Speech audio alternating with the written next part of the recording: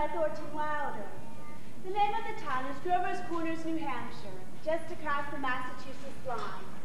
The first act shows a day in our town. The day is May 7th, 1901. The time is just before dawn. Well, I'd better show you how our town lies. Up here is Main Street.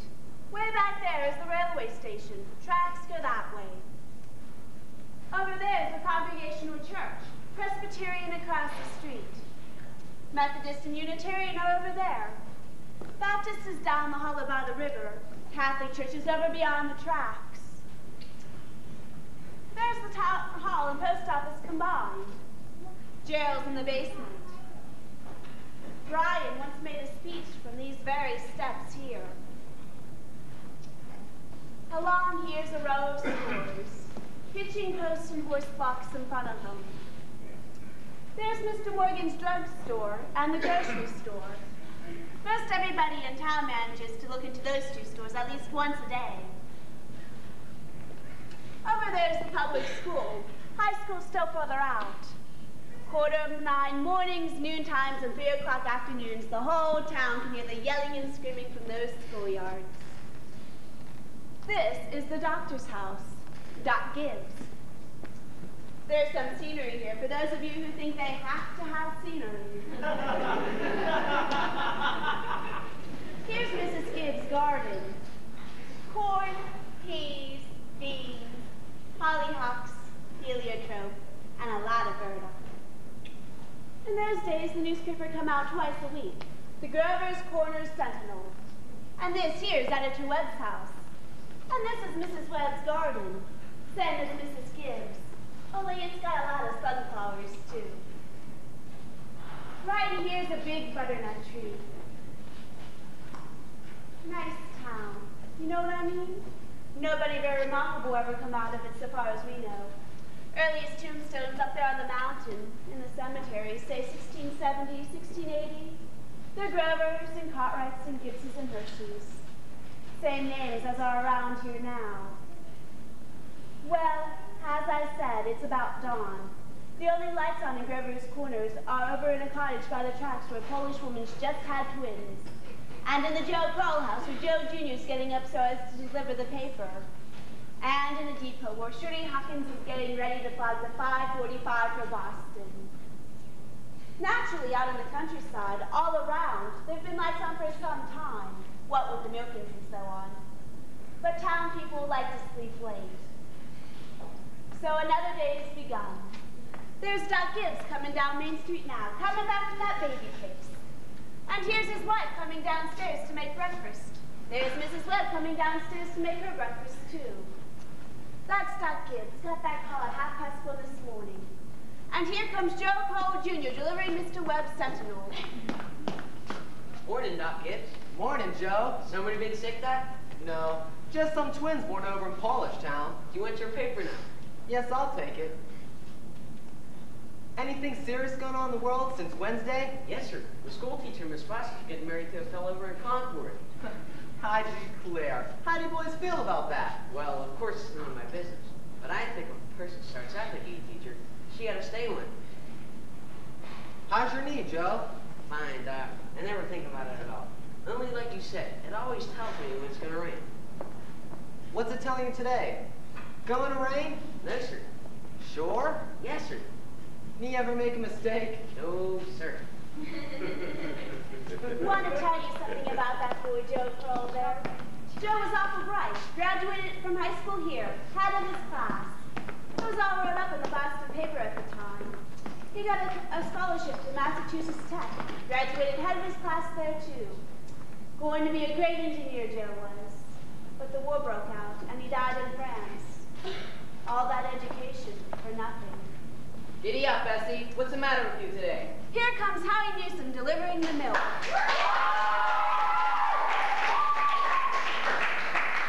Morning, Doc. Morning, Howie. Somebody been sick? No, just some twins born over at Mrs. Gorslowski.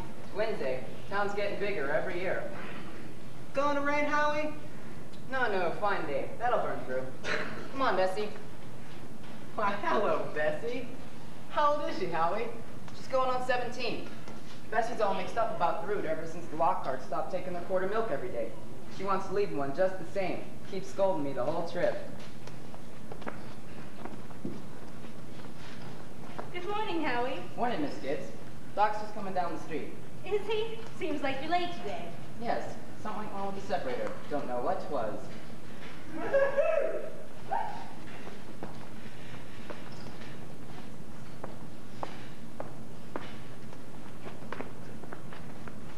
Doc? Children!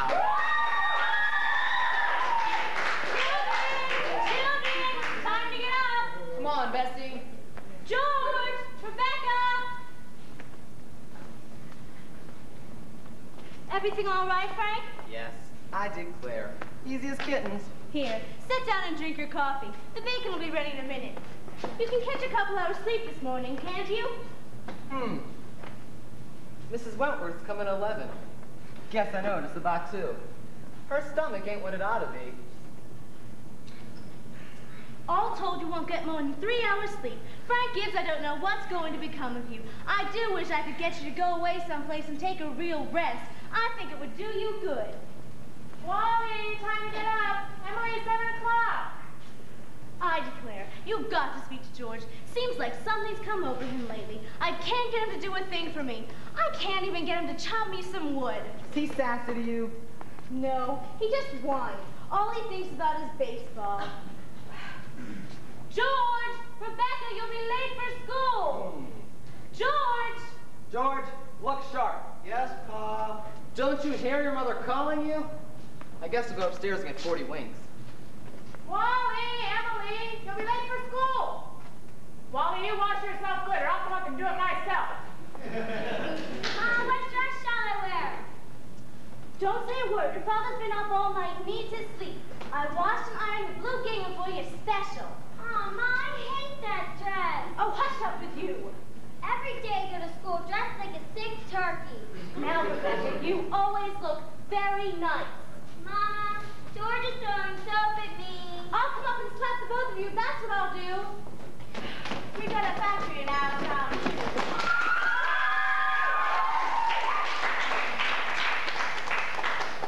Children, now I won't have it. Breakfast is as good as any other meal, and I won't have you gobbling like wolves. It'll stunt your growth. That's a fact. Put away your book, Wally. Oh, Ma, by 10 o'clock, I gotta know all about Canada. You know the rule as well as I do. No books at the table. As for me, I'd rather have my children healthy than bright. I'm both, Mama. You know I am. I'm the brightest girl in school for my age. I have a wonderful memory. Eat your breakfast. I'm right, too, when I'm looking at my stamp collection. I'll speak to your father about it when he's rested. Seems to me 25 cents a week should be enough for a boy your age. I declare I don't know where you spend it all. Oh, Ma, I got a lot of things to buy. Strawberry phosphates, that's what you must spend it on. Well, I don't see how Rebecca comes to have so much money. She has more than $1. I've been saving it up gradual. Well, dear, I think it's a good thing to spend some money every now and then. Mama, do you know what I love most in the world? Do you? Money. Eat your breakfast. Mama, there's the first bell! I gotta hurry. I don't want any more. I gotta hurry. Walk fast, you don't have to run. Wally, put your pants up a thingy. Stand up straight, Emily. Tell Miss Foster I send her my best congratulations. Can you remember that? Yes, Mom. You look real nice, Rebecca. Pick up your feet. Bye. Bye. Bye.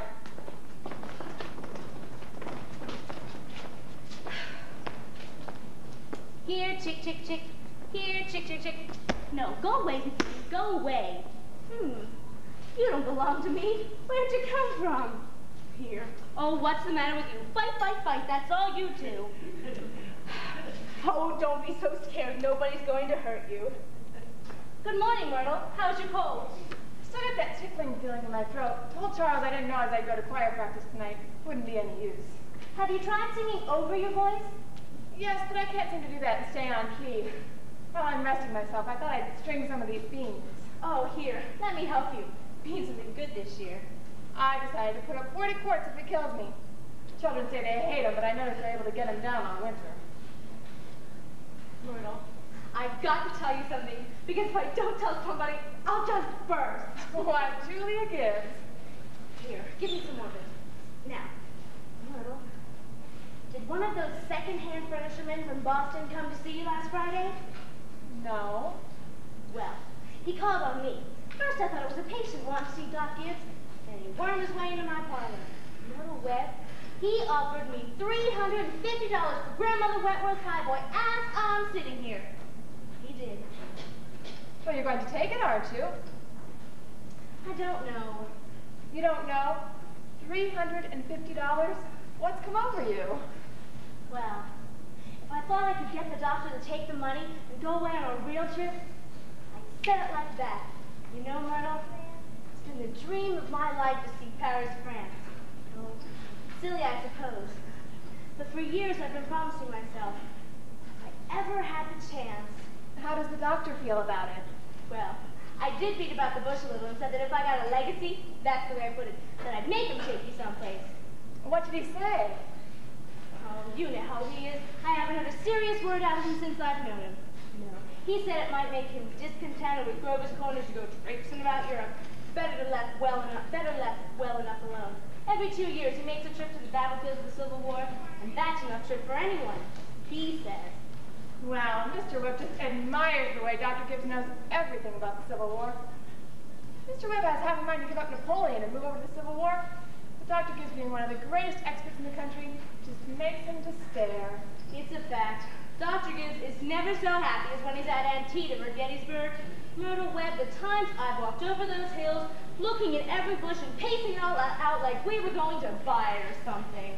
Well, if that second-hand man's really serious about buying it, Julia, you sell it. Then you'll get to see Paris, all right. Just keep dropping hints from time to time.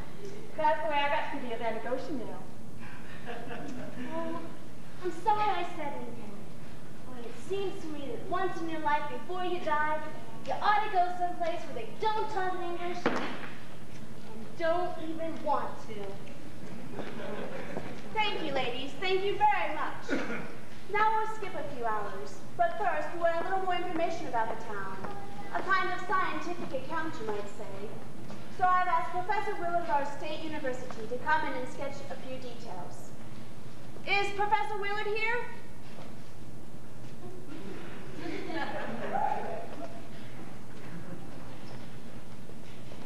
May I introduce Professor Willard of our State University?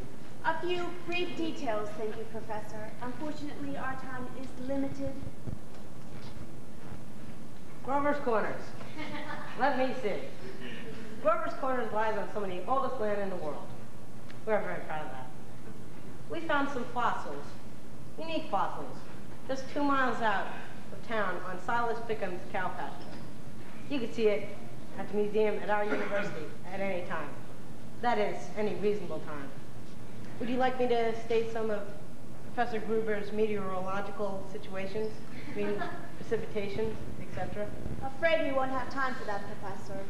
We might. Do you know what the population is by any chance? At this second, 2,640. Just a moment. Oh, yes indeed.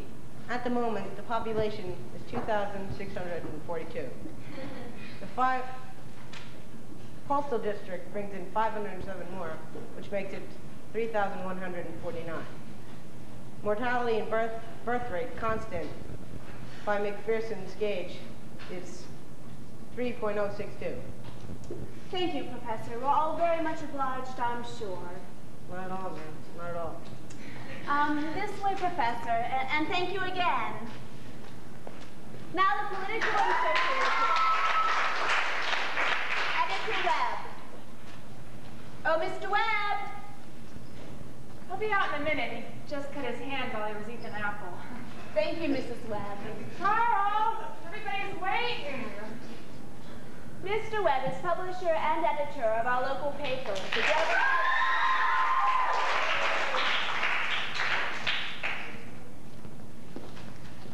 Well, I don't have to tell you that we're run here by a board of selectmen. All males vote at the age of 21. Women vote indirect. We're a lower middle class, a sprinkling of professional men, 10% illiterate laborers. Politically, we're 86% Republicans, 12% Democrats, 4% Socialists. Religiously, we're 85% Protestants, 6% Catholics, the rest indifferent. Have you any comments, Mr. Webb? A very ordinary town, if you ask me.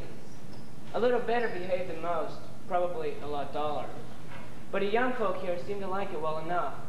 90% of them graduating from high school settled down right here to live, even when they've been up to college. Now, is there anyone in the audience who would like to ask Editor Webb a question? Is there much drinking in Driver's Corners? Well, sir, there isn't much. Saturday nights, farmhands meet down in Ellery Greenhouse stable and holler some. We've got 1 or 2 town drunks, but they're always having remorses every time an evangelist comes to town. No, sir, I say liquor ain't a regular thing at home, except for the medicine chest. Right good for a snake bite, you know? Always was. Is there anyone in town aware of? Will you come forward, please, where we can all hear you? Now, what were you saying? Is there anyone in town aware of social injustice and industrial inequality? Oh, yes. Something terrible. Seems like they spend most of their time arguing about who's rich and who's poor. And why don't they do something about it? Well, I don't know. I guess we spend most of our time arguing about for the ways the diligent and sensible can rise to the top, the lazy and quarrelsome can sink to the bottom. But it ain't easy to find. Meanwhile, we do all that we can to help those that can't help themselves. And those that can, we leave alone. Are there any other questions? Mr. Webb, is there any culture or love of beauty in Driver's Corners? Well, sir, there ain't much. Not in the sense you mean. Come to think of it, we've got one or two piano players that play at high school commencement, but they ain't happy about it. No, sir, there isn't much culture. But maybe this is the place to tell you that we have a lot of pleasure of kind here. We like the sun coming up over the mountain. We notice a great deal about the birds. We pay a lot of attention to them. And we watch you change the seasons. Yes, everybody knows about them. But those other things, no, sir, there isn't much. Robinson Crusoe, in the Bible, in Handel's Largo. We all know that, and Whistler's Mother. But that's as far as we go. So I thought. Thank you, Mr. Webb. Thank you, Mr. Webb. Now we'll go back to the town. It's early afternoon. All 2,642 have had their dinners, and all the dishes have been washed. There's an early afternoon calm about the town, a buzzing and a humming from the schoolyards. Only a few buggies on Main Street, horses dozing in their hitching post. You all remember what it's like. Doc Gibbs is in his office, tapping people and making them say, ah. And Mr. Webb over there is cutting his lawn. One man in Kansas with the tickets to go on. No, it's later than I thought. There are the children coming home from school already. I can't, Lois. I've got to go home and help my mother. I promise. Emily, quite simply, who do you think you are today? Oh, Papa, you're terrible. One minute you tell me to stand up straight, and the next minute you call me names. I just don't listen to you. Golly, I never got a kiss from such a great lady before.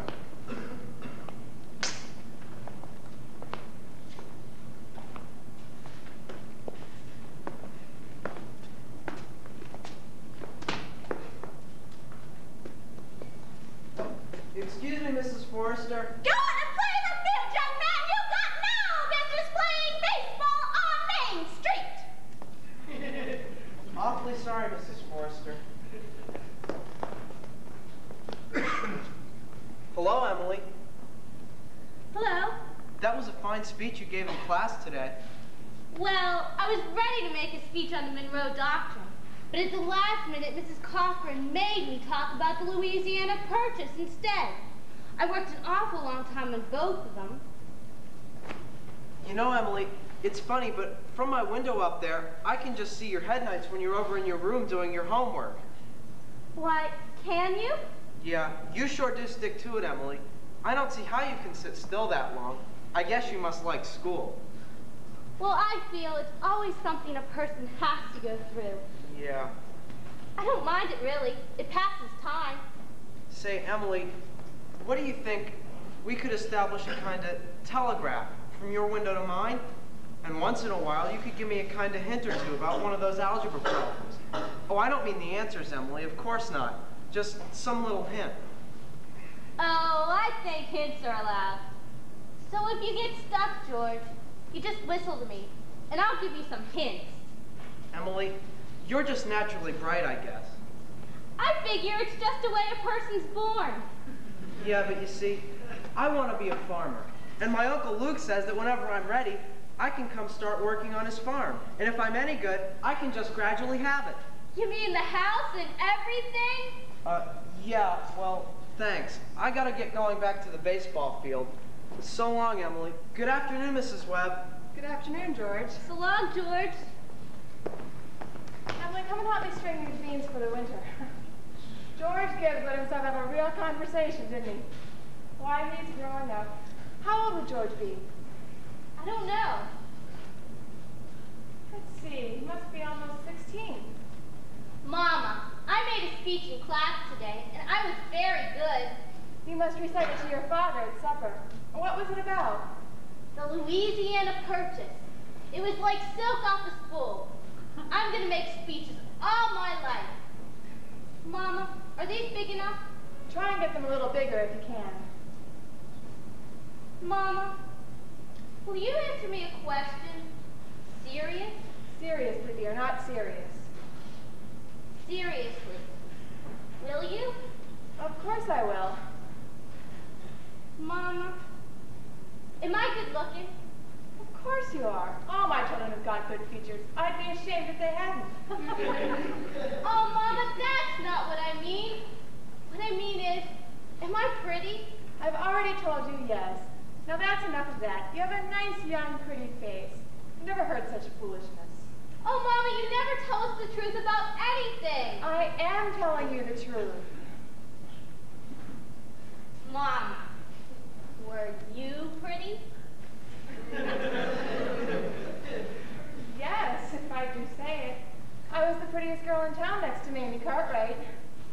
But, Mama, you must say something about me. Am I pretty enough to get anyone? To get people interested in me? Emily, you make me tired. Now stop it. You're pretty enough for all normal purposes. Come along now. Bring that bowl with you. Oh, Mama, you're no help at all. Thank you, that'll do. Thank you, Mrs. Webb. Thank you, Emily. Well, some time's gone by. It's early evening. You can hear the choir practice going on over in the Congregational Church. The children are at home doing the schoolwork. The day coming down like a tired clock. Now look here, everybody. Music comes in this world to give pleasure. Soft, get it out of your heads. That music's only good when it's loud. You leave loudness to the Methodists, who couldn't beat them even if he wanted to. Now again, tenors.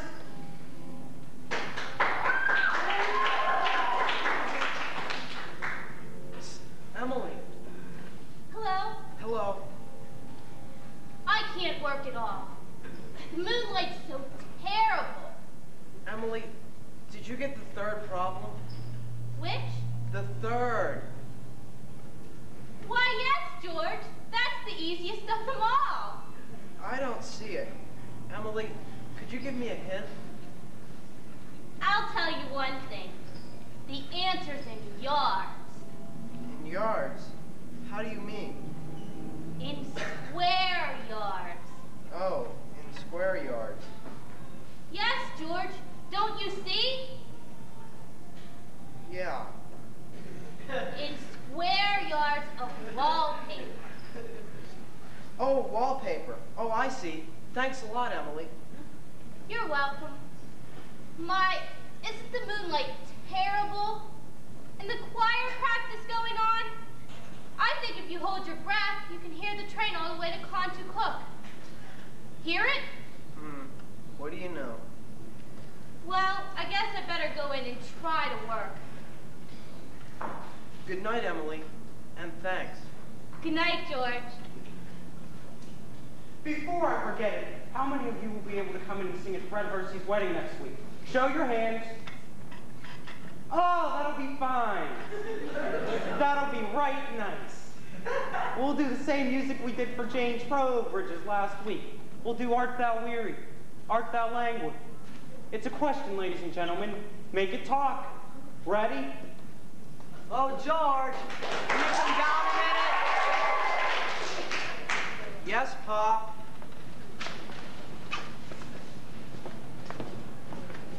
Make yourself comfortable, George. I'll only keep you a minute. George, how old are you? I'm 16, almost 17. What do you want to do after school's over? Why, you know, Pa, I want to be a farmer on Uncle Luke's farm. You'll be willing, will you, to get up early and milk and feed the stocks? And you'll be able to hoe and hay all day? Why, sure I will, Pa. What are you? What do you mean? Well, George, while I was in my office today, I heard a funny sound. And what do you think it was? It was your mother chopping wood. There you see your mother, getting up early, cooking meals all day long, washing and ironing, and still she has to go out in the backyard and chop wood. I suppose she just got tired of asking you. She just gave up and decided that it was easier for her to do it herself. And you eat her meals and put on the clothes that she keeps nice for you. And then you just run off and play baseball, like she's some hired girl we keep around the house, but that we don't even like very much. Well, I knew all I had to do was call your attention to it. George, I've decided to raise your spending money 25 cents a week. Not, of course, for chopping wood for your mother, because that's a present you give her, but because you are getting older, and I imagine there are lots of things you must find to do with it. Thanks, Pa. Let's see. Tomorrow's your payday? You can count on it. Probably Rebecca feels she ought to have some more, too. Wonder what could be keeping your mother. Choir practice was never this late before. It's only 8:30, Pa. You know, I don't know why she's in an old choir anyway. She hasn't any more voice than an old crow, traipsing around the streets at this hour of the night. Just about time you're tired, don't you think? Yes, Pa. Good night, Martha. Good night, Mr. Foster. Good night.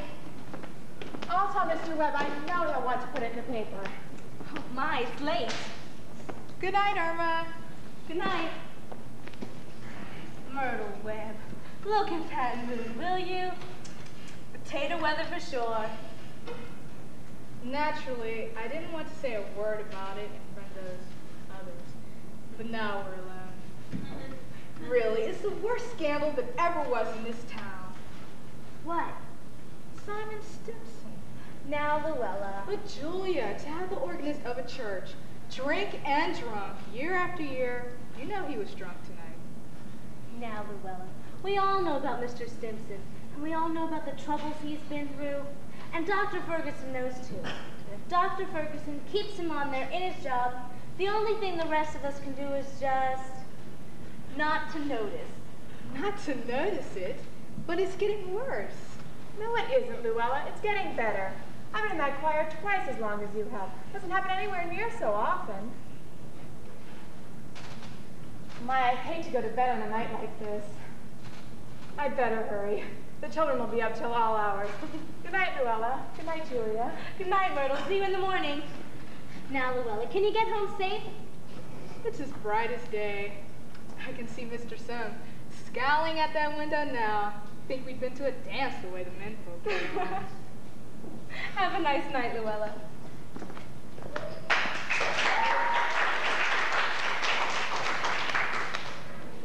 Well, we had a real good time.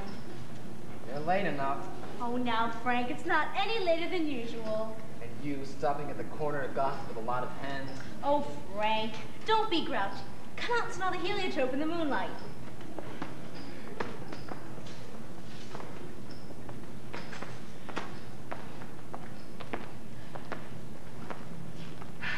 Isn't that wonderful? What did you do all the time I was away? Oh, I read, as usual. What were the girls gossiping about tonight? Well, Frank, there is something to gossip about. Simon Stimson far gone, was he? The worst I've ever seen him. Frank, how will that end? Dr. Ferguson can't forgive him forever. I guess I know more about Simon Stimson's affairs than anybody in this town. Some people ain't made for small town life. I don't know how that'll end. Nothing we can do but just leave it alone. Come, get in. Wait, Frank. I'm worried about you. What are you worried about? I think it's my duty to see that you get a real rest and change.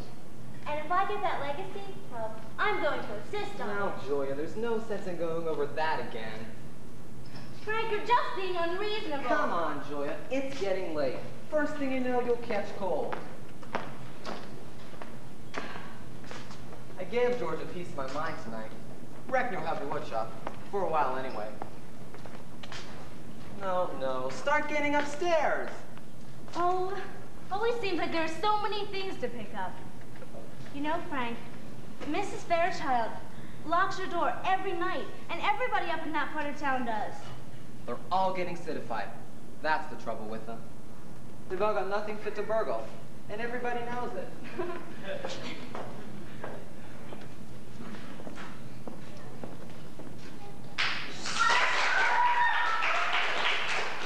Get out, Rebecca. There's only room for one at this window. You're always spoiling everything. Well, let me look just a minute. Use your own window. I did, but there's no moon there. George, do you know what I think, do you? I think the moon's getting nearer and nearer, and there'll be a big explosion. Rebecca, you don't know anything. If the moon were getting nearer, the guys that sit up all nights with the telescopes would see it first, and they'd tell about it, and it'd be in all the newspapers. George, is the moon shining on South America, Canada, and half the whole world? Well, it probably is. Most of the lights are out in Grover's Corners. No, there's Constable Warren checking a few doors on Main Street. And here comes Mr. Webb after putting his newspaper to bed. Good evening, Bill. Evening, Mr. Webb. Wait a minute. Yep. All quiet tonight? Well, Simon Stimson's rolling around a little. Just saw his wife moving out to hunt for him. So I looked the other way. There he is now. Good evening, Simon.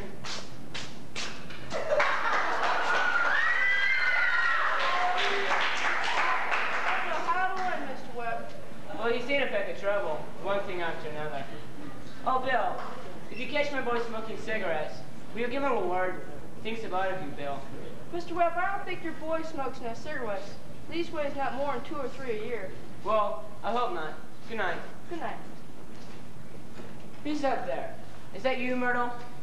No, it's me, Papa. What are you doing? Oh, I just can't sleep yet, Papa. The moonlight's so wonderful. And the smell of Mrs. Gibbs' heliotrope. Can you smell it? Yes. Having any troubles on your mind, have you? Troubles, Papa? No. Well, enjoy yourself, but don't let your mother catch you. Good night. Good night, Papa. I never told you about that letter Jane Crofit got from her minister when she was sick. He wrote Jane a letter, and on the envelope, the address was like this. It said, Jane Crofit, the Crofit Farm, Grover's Corners, Sutton County, New Hampshire, the United States of America. What's so funny about that? But listen, I'm not finished. The United States of America, continent of North America, Western Hemisphere, the Earth, the solar system, the mind of God. That's what it said on the envelope. What do you know? And the postman brought it just the same. What do you know? It's 3 years later. It's 1904. It's July 7th, just after high school commencement. That's the time most of our young people would jump up and get married. As soon as they pass the last examinations in solid geometry and Cicero's orations, looks like they suddenly feel themselves fit to be married. It's early morning, only this time it's been raining. It's been pouring and thundering. Mrs. Gibbs' garden and Mrs. Webb's here, drenched. All those bean poles and pea vines, drenched. All yesterday over there on Main Street, the rain looked like curtains being blown along. It may begin again any minute. Come on, Bessie. Here comes Howie Newsom delivering the milk. Morning, Howie. Morning, Molly. Anything in the papers I ought to know? Nothing much, except we're losing about the best baseball player Grover Corners ever had. George Gibbs. Yeah, I reckon he is.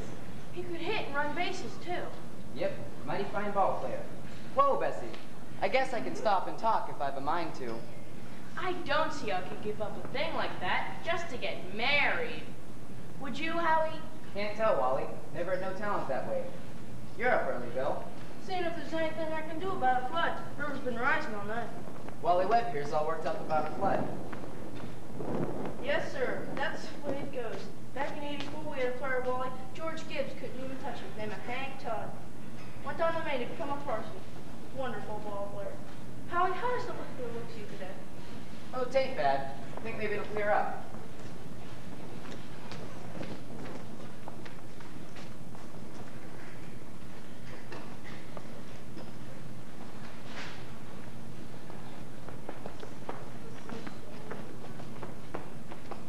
Good morning, Howie. You think it's going to clear up? Morning, Miss Gibbs. It rained so heavy, I think maybe it's going to clear up for good. Oh, I certainly hope it does. How much did you want today? Well, going to have a household relations, Howie. Looks to me like I'll need 3 of milk and 2 of cream. My wife said to tell you, Miss Gibbs, how we both hope will be very happy. No, they will. Thanks a lot, Howie. Tell your wife I hope she gets there to the wedding. Yes, she'll be there. She'll be there if she can. Morning, Miss Webb. Morning, Mr. Newsom. I told you 4 quarts of milk, but I hope you can spare me another. Yes'm, and the 2 of cream. Will it start raining again, Mr. Newsom? Well, just got done saying to Mrs. Gibbs how it may lighten up. Mrs. Newsom told me to tell you is how we both hope they'll be very happy, Miss Webb. No, they will. Thank you, and thank Mrs. Newsom. And we're counting on seeing you at the wedding. Yes, we'll be there. Couldn't miss that.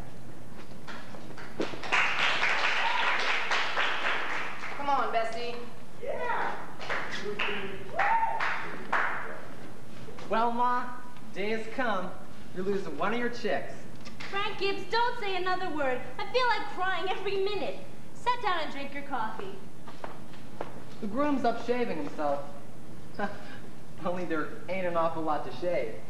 Whistling and singing, like he's glad to leave us. Every now and then he says, "I do," to the mirror. But it doesn't sound convincing to me. I declare, Frank, I don't know how he'll get along. I've arranged his clothes and seen Jody's put warm things on. Frank, they're too young. Emily won't think of such things. He'll catch his death of cold within a week. I was remembering my wedding morning, Julia.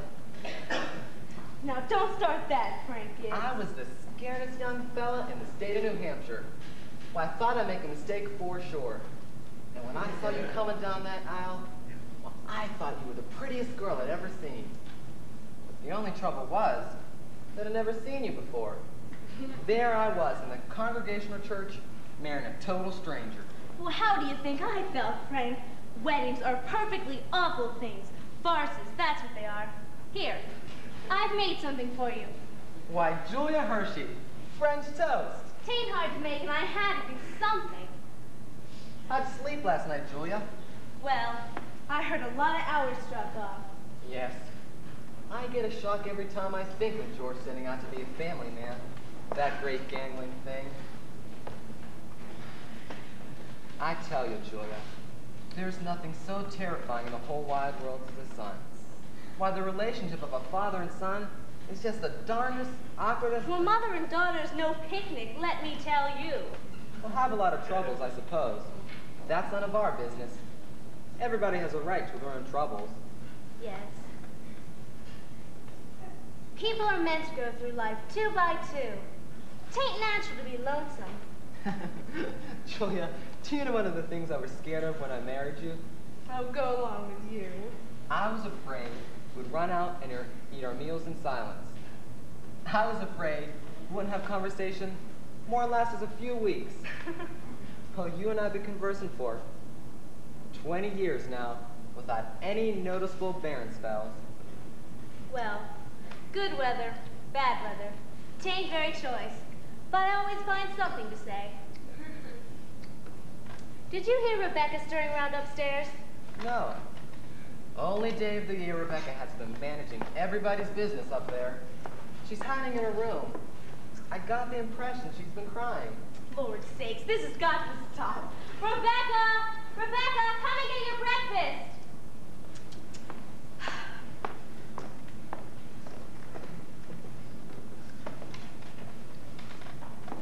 Good morning, everybody. Only 5 more hours left to live.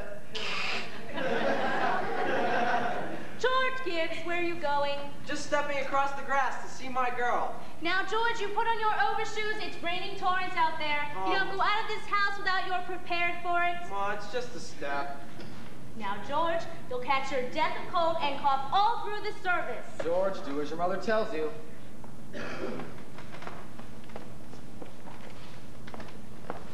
George, from tomorrow on, you can kill yourself in all weathers. But while you're in my house, you'll live wisely, thank you. Maybe Mrs. Webb isn't used to callers at 7 in the morning. Here, take a cup of coffee first.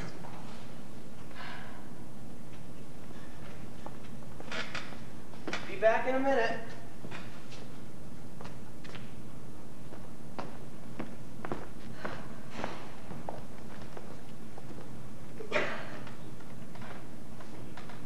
Good morning, Mother Webb. Goodness, you frightened me. George, you can come in for a minute out of the wet, but you know I can't ask you in. Why not? George, you know as well as I do the groom can't see his bride on his wedding day. Not until he sees her in church. Oh, that's just an old superstition. Good morning, Mr. Webb. Good morning, George. Mr. Webb, you don't believe in that superstition, do you? There is a lot of common sense in some superstitions, George. Millions have followed it, George. You don't want to be the first to find the face of custom. How is Emily? She hasn't waked up yet. I haven't heard a sound out of her. Emily's asleep? Well, no wonder. We were up till all hours, sewing and packing. Now, I tell you what I'll do. You sit down here a minute with Mr. Webb and drink this cup of coffee. And I'll go upstairs and see she doesn't come down and surprise you. There's some bacon, too, but don't be long about it. Well, George, how are you? Oh, fine. I'm fine. Mr. Webb, what sense could there be in a superstition like that? Well, you see, on a wedding morning, a girl's mind is apt to be full of clothes and one thing after another. Don't you think that's probably it? Yes, I never thought of that. A girl's apt to be mighty nervous on her wedding day. I wish a fella could get married without all that marching up and down. Every man that's ever lived has felt that way about it, George. But it hasn't been any use. It's the women folk that build up the weddings, my boy. For a while now, the women have it all to their own. A man looks pretty small at a wedding, George. All those good women standing shoulder to shoulder, making sure that now it's time in a mighty public way. But you believe in it, don't you, Mr. Webb? Oh, yes, yes. Don't you misunderstand me, my boy? Marriage is a wonderful thing, And don't you forget that. No, sir. Mr. Webb, how old were you when you got married? Well, you see, I've been to college and I've taken some time to get settled. But Mrs. Webb, she wasn't much older than Emily is. Oh, age hasn't much to do with it, George. Not compared with other things. What were you going to say, Mr. Webb? Oh, I don't know. Was I going to say something? George, I was thinking the other night of some advice my father gave me when I got married. Charles, he said, Charles, start out early showing who's boss. Best thing to do is give an order, even if it don't make sense. Just so she'll learn to obey. And if your wife irritates you, her conversation, or anything, just get up and leave the house. That'll make it clear to her. And oh yeah, you said never let your wife know how much money you've made. Well, Mr. Webb, I don't think that I could... So I took the opposite of my father's advice, and I've been happy ever since. And let that be a lesson to you, George. Never ask advice on personal matters. George, are you going to raise chickens on your farm? What? Are you going to raise chickens on your farm? Well, Uncle Luke's never been much interested, but I thought... A buck came to my office the other day on the final system of raising chickens. I'm thinking of beginning a small way in the backyard, and I'm going to put an incubator in the cellar. Charles, you talking about that old incubator again? I thought you two would be talking about things worthwhile. Well, Myrtle, if you want to give the boys some good advice, I'll go upstairs and leave you alone with them. George, Emily's got to come downstairs and eat her breakfast. She sends you her love, but she doesn't want to lay eyes on you. Goodbye. Goodbye. Myrtle, I guess you don't know about the older superstition. What do you mean, Charles? Since caveman, no bridegroom should see the father-in-law on the day of the wedding. Now remember that. Thank you, Mrs. Webb. Thank you, Mr. Webb. Now, I have to interrupt again here. You see, you want to know how all this began. This wedding. This plan to spend a lifetime together. I'm awfully interested in how big things like that begin. You know how it is. You're 21 or 22, and you make some decisions, then wish you're 70. You've been a lawyer for 50 years, and that white-haired lady at your side has eaten over 50,000 meals with you. How do such things begin? George and Emily are going to show you now the conversation they had when they first knew that, as the saying goes, they were meant for one another. But before they do, I want you to try and remember what it was like to have been very young, and particularly when you were first in love, when you were like a person sleepwalking and didn't quite know the street you were in, and didn't quite hear what everyone was saying to you. You're just a little bit crazy. Will you remember that, please? They'll be coming home from high school at 3 o'clock. George has just been elected president of the junior class. And as is June, that means he'll be president of the senior class all next year. And Emily's just been elected secretary and treasurer. I don't have to tell you how important that is. Yep, there they are, coming down Main Street now. I can't, Louise. I've got to go home. Oh, Ernestine, can you come over tonight and do Latin? Isn't that Cicero the worst thing? Tell your mother you have to. Goodbye. Goodbye, Helen. Goodbye, Fred. Can I carry your books home for you, Emily? Why, thank you. It isn't far. Excuse me a minute, Emily. Say, Bob, if I'm a bit late, start practice without me, and give Herb some high long ones. Goodbye, Lizzie. Oh, goodbye, Lizzie. I'm awfully glad you were elected too, Emily. Thank you. Emily, why are you mad at me? I'm not mad at you. Well, you've been treating me so funny lately. Well, since you asked me, I might as well say right out, George, goodbye, Mrs. Cochran. Goodbye, Mrs. Cochran. What is it? I don't like the whole change that's come over you in the last year. A change? I'm sorry if that hurts your feelings. Emily, what? But I've got to tell the truth and shame the devil. What do you mean? Well, up to a year ago, I used to like you a whole lot. And I used to watch you as you did everything, because we've been friends so long. And then you began spending all your time at baseball. And you didn't come speak to anybody anymore. Not even to your own family you didn't. And George, that's a fact. You've got awful conceited and stuck up in the last year. And all the girls say so. They may not say it to your face, but that's what they say about you behind your back. And it hurts me to hear them say it, but I've got to agree with them a little. I'm sorry if that hurt your feelings, but I can't be sorry that I said it. I'm glad you said it, Emily. I never thought such a thing was happening to me. I guess it's hard for a fella not to have faults creep into his character. I always expect a man to be perfect, and I think he should be. Oh, I don't think it's possible to be perfect, Emily. Well, my father is. And as far as I can see, your father is too. There's no reason on earth why you shouldn't be. Yeah, but you see, I think it's the other way around. That men aren't naturally good, but girls are. Well, you might as know right now, George, that I'm not perfect. It's not as easy for a girl to be as perfect as a man. Because we girls are more nervous. No, I'm sorry I said that all about you. I don't know what made me say it. Emily, Now I can see it's not the truth at all. And it isn't important anyway. Emily, would you like an ice cream soda or something before you go home? Why, thank you. I would.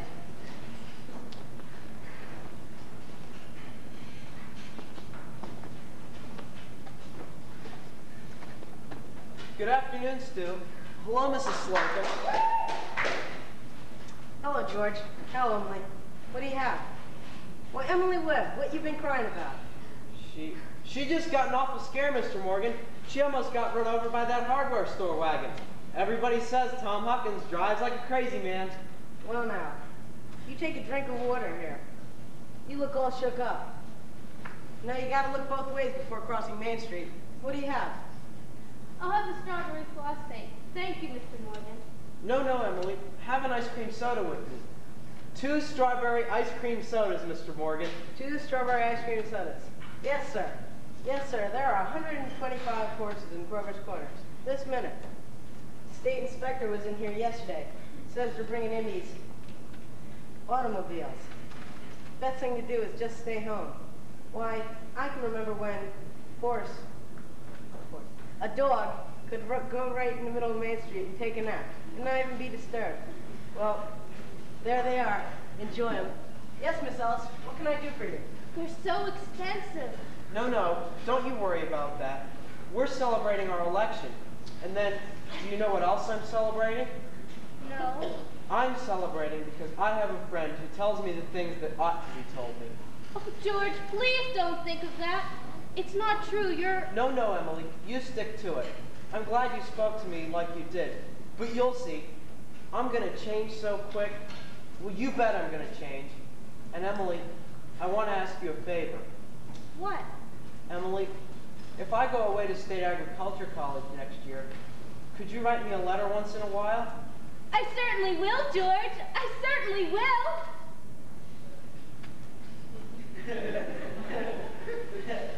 It seems like being away so long, you get out of touch with things.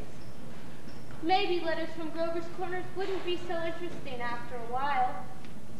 Grover's Corners isn't a very interesting place when you think of all New Hampshire. But I think it's a very nice town. Emily, the day wouldn't come when I wouldn't want to know a single thing that's happening here in Grover's Corners. And I know that's true. Well, I'll try to make my letters interesting. You know, Emily, whenever I meet a farmer, I ask him if he thinks it's important to go away to State Agriculture College to become a good farmer. Why, George! Yeah, and some of them say it's a waste of time anyways. You can get all that stuff out of the pamphlets the government sends out. And Uncle Luke's getting old. He's about ready for me to start working on his farm tomorrow, if I could. My! And like you say, being gone all that time, in other places and meeting other people, gosh, if anything like that can happen, I don't want to go away. I guess new people aren't any better than the old ones. And Emily, I feel that you're as good a friend as I've got. But George, maybe it's important to go away and learn about cattle grazing and soils and all those things. Of course, I don't know. Emily, I'm going to make up my mind right now. I won't go. I'll tell Pa about it tonight. But George, it's a whole year away. Listen, Emily, I'm glad you spoke to me about that. That fault in my character. What you said was right, but there was one thing wrong in it. And that was when you said that for a year I wasn't noticing people. And you, for instance. Why, you say you were watching me while I did everything. I was doing the same about you all the time. Oh, why, sure, I always thought about you as one of the chief people I thought about. I always made sure for where you were sitting in the bleachers and who you were with. And for 3 days now, I've been trying to walk home with you. And yesterday, I was standing over against the school wall, and you walked home with Miss Cochran. Why, George, life's awfully funny. How could I have known that? Why, I thought... Listen, Emily, I'm going to tell you why I'm not going away to State Agriculture College. I feel that once you've found a person you're fond of, I mean who's fond of you too, and likes you enough to be interested in your character, well, I think that's more important than any college could ever be. I feel that's awfully important, too. Emily, if I do improve and make a big change, would you be, could you be? I am now! I've always been! So this is an important talk we've been having. Yes! Yes! Wait just a minute, and I'll walk you home.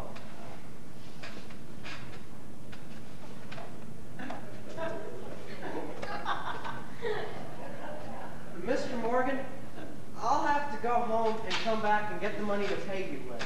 What's that, George Gibbs? What are you trying to tell me? But look, Mr. Morgan, I have my reasons. Here's my gold watch to keep until I come back with the money. That's all right. Keep your watch. I'll trust you. I'll be back in 5 minutes, Mr. Morgan. I'll trust you 10 years, George. Not a day over. Got all over your shock, Emily? Yes. Thank you, Mr. Morgan. It was nothing. I'm ready.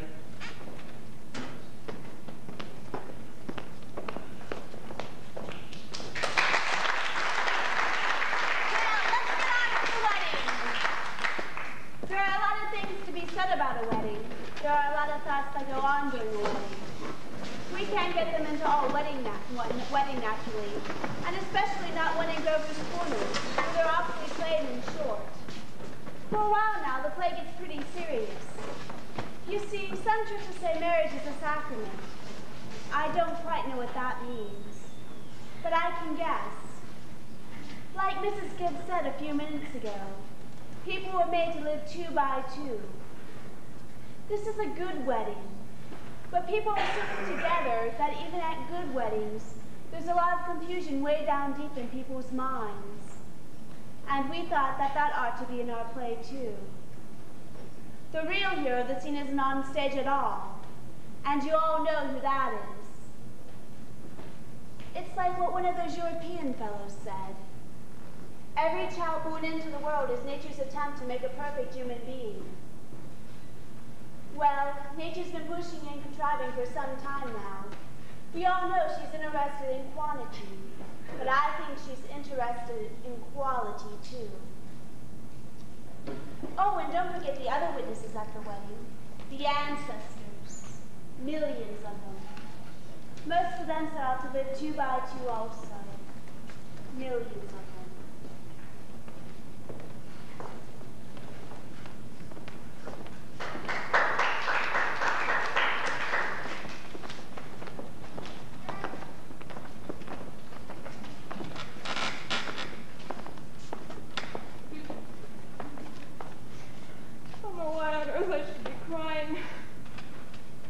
Nothing to cry about. Came over to me at breakfast this morning. There was Emily, eating her breakfast that she's done for 17 years. Now she's going off to eat in someone else's house. And Emily, she suddenly said, "I can't eat another mouthful." And she put her head on the table. She cried.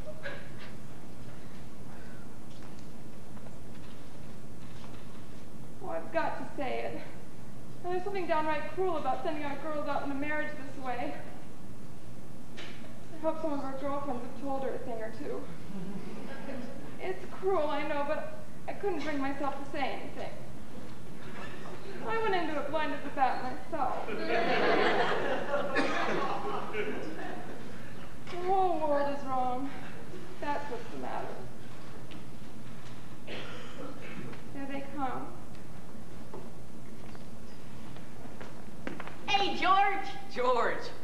Yeah, look at him, fellas. He looks scared to death. Hey, George, don't look so innocent. We know what you're thinking, you old geezer. All right, that'll do. That's enough of that.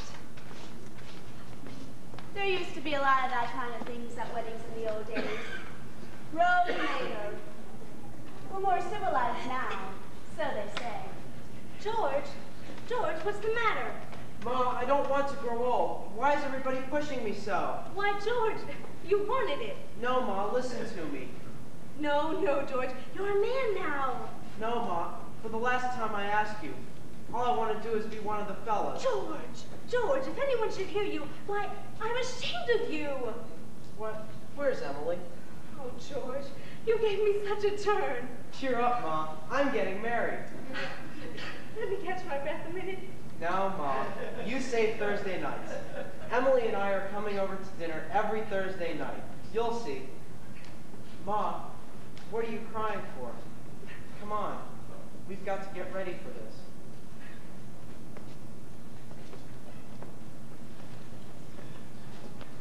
I never felt so alone in my life. And George, standing over there, looking so, I hate him! I wish I were dead! Papa! Papa! Emily, now don't get upset. But Papa, I don't want to get married. Shh. Everything's all right, Emily. Why can't I stay for a while?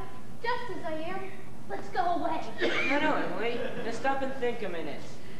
Don't you remember all the time you used to say, all the time, that I was your girl? There must be lots of places we could go. I could work for you. I could keep house. Shh. You mustn't think such things. George, will you come here a minute? You're marrying the finest young fellow in the world. George is a fine fellow. But Papa... George, I'm handing my daughter to you. Do you think you can take care of her? I will, Mr. Webb. I want to try, Emily. I love you, Emily. I need you. Well, if you love me, help me. All I want is someone to love me. I will, Emily. And I mean forever. Do you hear? Forever and ever.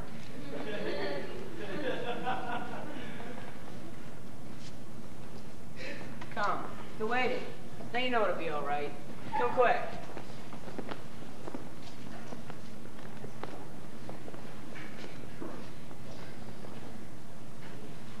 Do you, George, take this woman, Emily, to be your wedded wife? Perfectly lovely wedding. Loveliest wedding I ever saw. I do love a good wedding, don't you? Doesn't she make a lovely bride? I do. And do you, Emily, take this man, George, to be your wedded husband? Don't know when I've seen such a lovely wedding. But I always cry. Don't know why it is, but I always cry. I just like to see young people happy, don't you? I think it's lovely.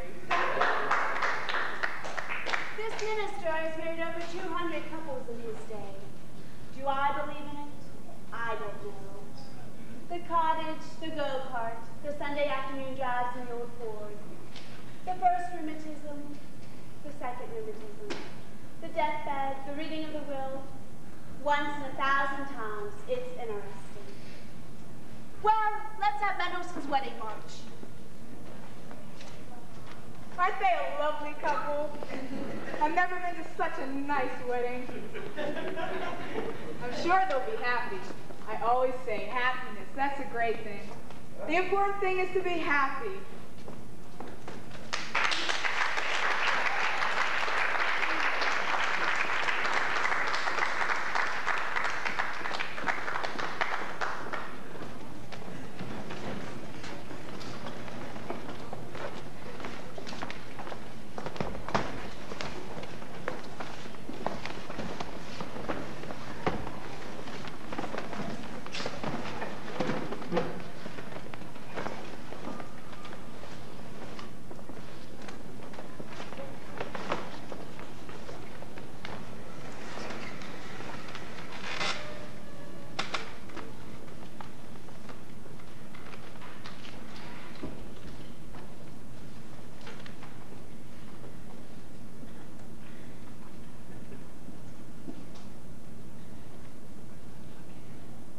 It's 9 years later, friends. Summer 1913. Gradual changes in Grover's Corners. Horses are getting rarer. Farmers coming to town in hordes. Only a few buggies on Main Street.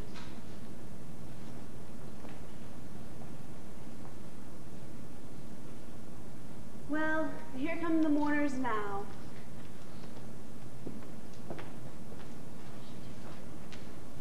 Who is it, Julia? My daughter-in-law, Emily Webb. Well, I declare.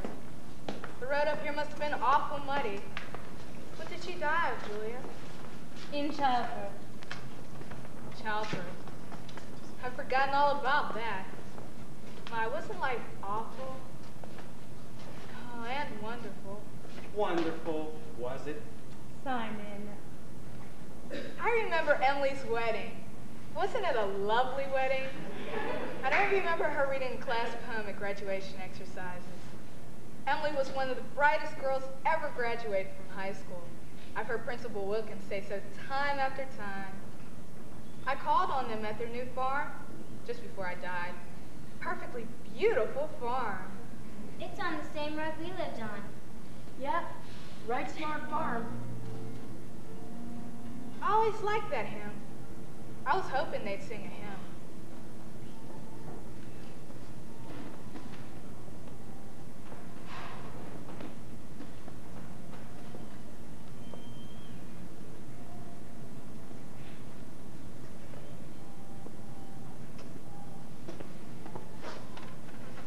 Hello?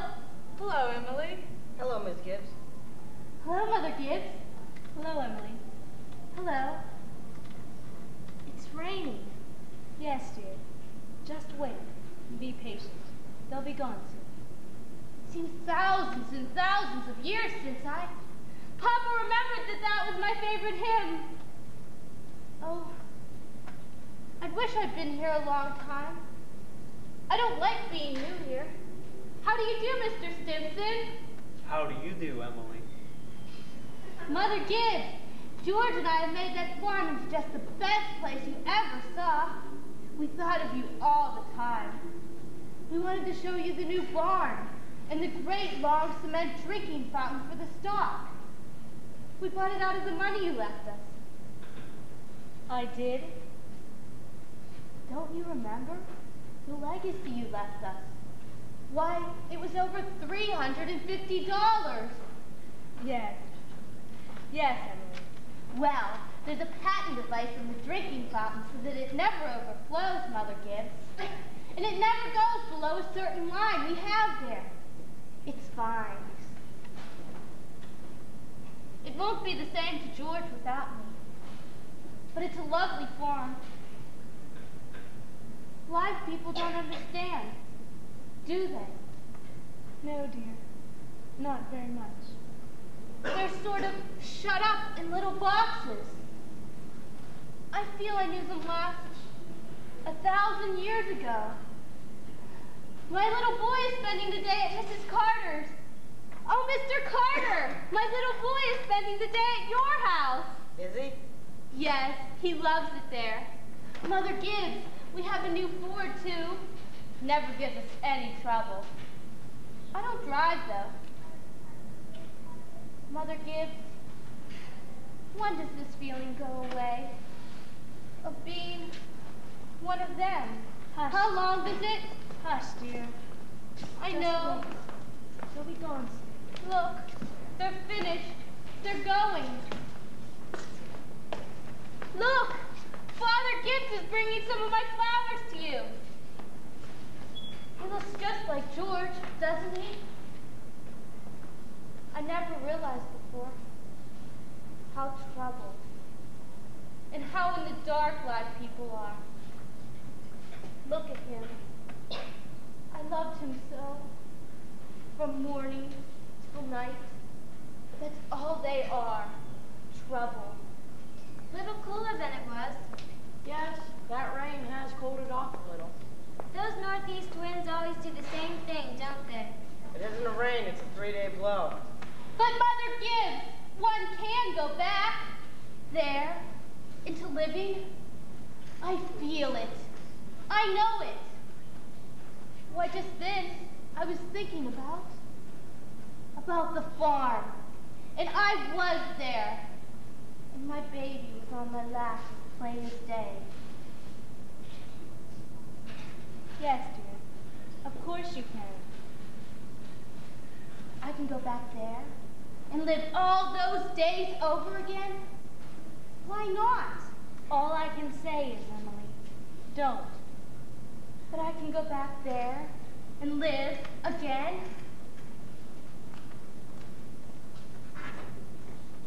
Yes, some have tried, but they soon come back here. But I won't live over a sad day. I'll choose a happy one. I'll choose the day that I first knew that I loved George. Why should that be painful? You not only live it, but you watch yourself living it. And as you watch, you see what they, down there, never know. You see the future. You know what is going to happen afterwards. But is that painful? Why? That's not the only reason you shouldn't do it, Emily. When you've been here longer, you'll see that our life here is to forget all that and think only of what's ahead and be ready for what's ahead. When you've been here longer, you'll understand. But Mother Gibbs, how can I ever forget life? It's all I know. It's all I had. Oh, Emily, it isn't wise. Really, it isn't. But it's a thing I must know for myself. I'll choose a happy day anyway. No, at least choose an unimportant day. Choose the least important day of your life. It will be important enough. Then, it can't be since I was married. Or since the baby was born. I can choose a birthday at least, can't I? I choose my 12th birthday. All right, February 11th, 1899, a Tuesday. Do you want any special time of day? Oh, I want the whole day. We'll begin at dawn. You remember it had been snowing for several days, but it had stopped the night before. There's the sun coming up over there. Why, there's Main Street. And there's Mr. Morgan's drugstore before they changed it. And there's the livery stable. Yes, this is 1899, 14 years ago. Oh, this is the town I knew as a little girl.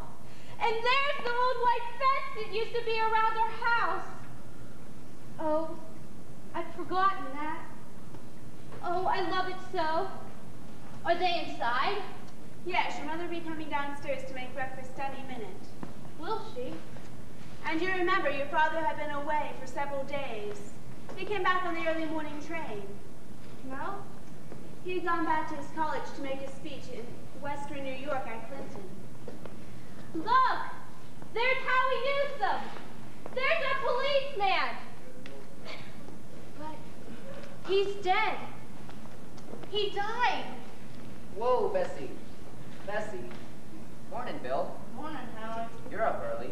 Caught up this morning rescue Polish party down there frozen to death.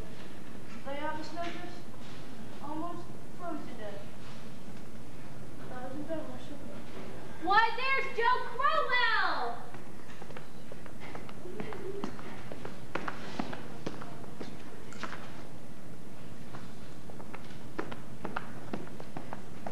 Morning, Mr. Ward. Morning, Howard.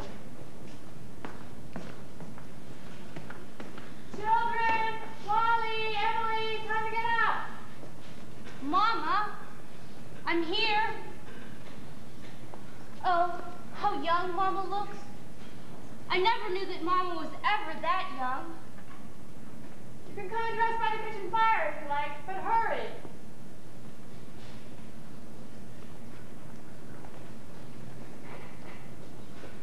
Oh, good morning, Mr. Newsom. Cold. 10 below up by my barn, Miss Webb. Think of it. Keep yourself wrapped up. Mama! I can't find my blue hair ribbon anywhere. Just open your eyes, dear, that's all. You laid it out pretty special on the dresser there. If it were a snake, it would bite you. Yes, yes.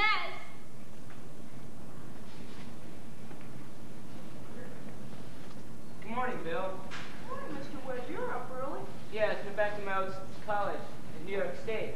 Been any trouble here? Well, I was caught up this morning to rescue a Polish fellow. Down there frozen to death was. You must get that in the paper. Wasn't much.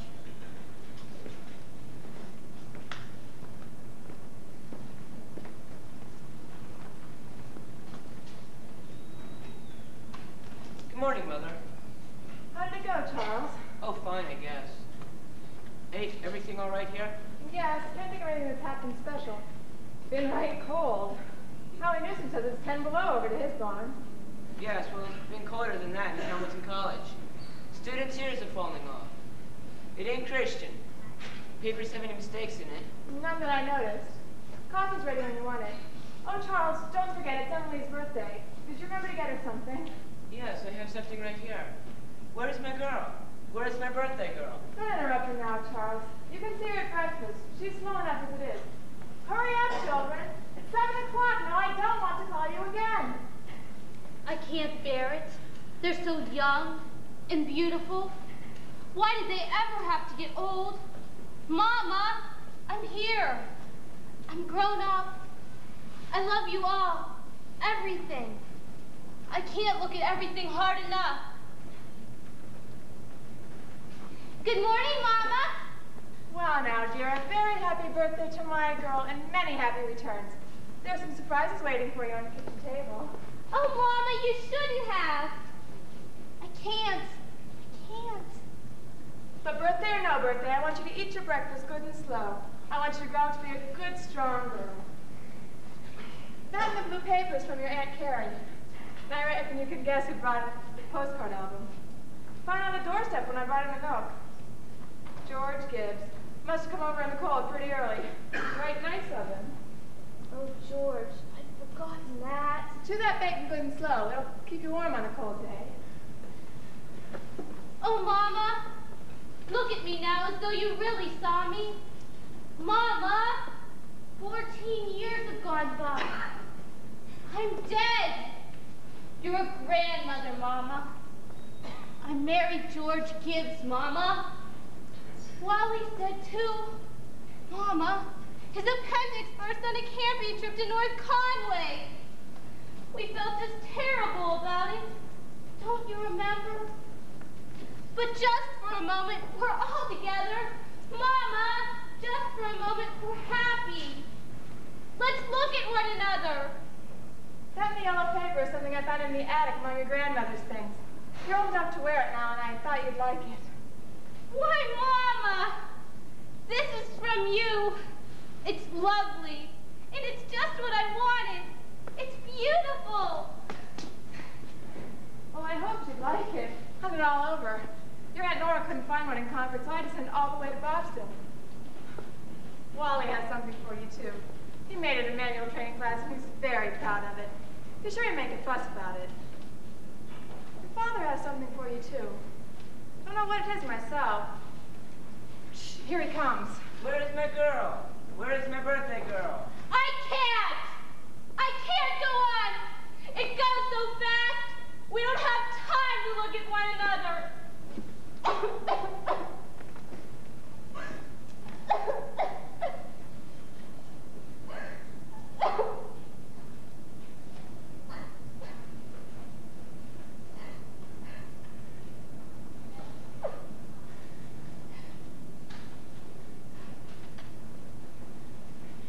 I didn't realize. So all that was going on, and we never noticed. Take me back, up the hill, to my grave. But first, wait. One more look.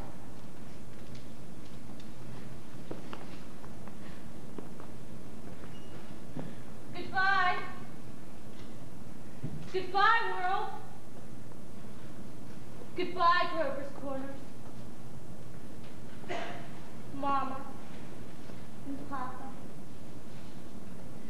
Goodbye to clocks ticking and Mama's sunflowers and food and coffee and new iron dresses and hot baths and sleeping and waking up. Oh, Earth, you're just too wonderful for anybody to realize you.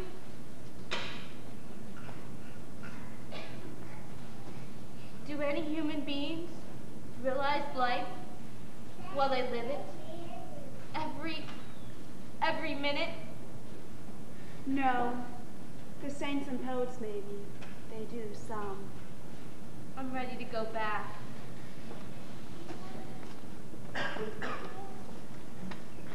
Were you happy? No. I should have listened to you. That's all human beings are. Just blind people. Emily, look, stars are coming out. Oh, Mr. Stimson, I should have listened to them. Yes, now you know. Now you know. That's what it was to be alive. To move about in a cloud of ignorance. To go up and down, trampling on the feelings of those about you. To spend and waste time as though you had a million years. Be always at the mercy of one centered passion or another. That's the happy existence you wanted to go back to. Ignorance and blindness. Simon Stimson, that ain't the whole truth and you know it. Emily, look at the stars. Look at that one. I forget its name. My boy Joel was a sailor. Knew 'em all. He'd sit up on the porch nights and tell 'em all by name. Yes, sir, wonderful. Stars, mighty good company. Yes, 'tis.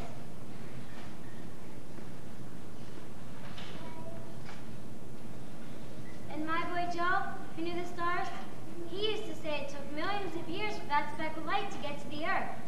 Don't seem like a body could believe it, but that's what he used to say. Millions of years.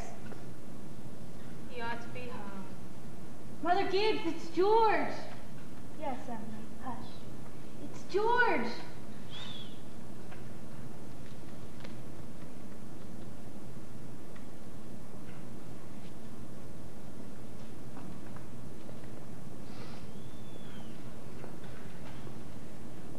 Mother Gibbs, Yes, Emily. they don't understand. Do they? No, dear. They don't understand. Most of the lights are out in Grover's quarters. There are a few lights on. Shorty Hawkins down at the depot has just watched the Albany train go by. And somebody's sitting up late and talking at the livery stable. There's the stars in the sky during the old crisscross journeys. Scholars haven't settled the matter yet, but they seem to believe that there are no living beings up there, just chalk or fire. Only this one is straining away all the time to do something with itself. The strain's so bad that every 16 hours, everybody needs to lie down and get a good night's rest. It's about 8:30. You all get a good night's rest too. Go out and relax for a bit, and then come out and watch Snoopy. Good night.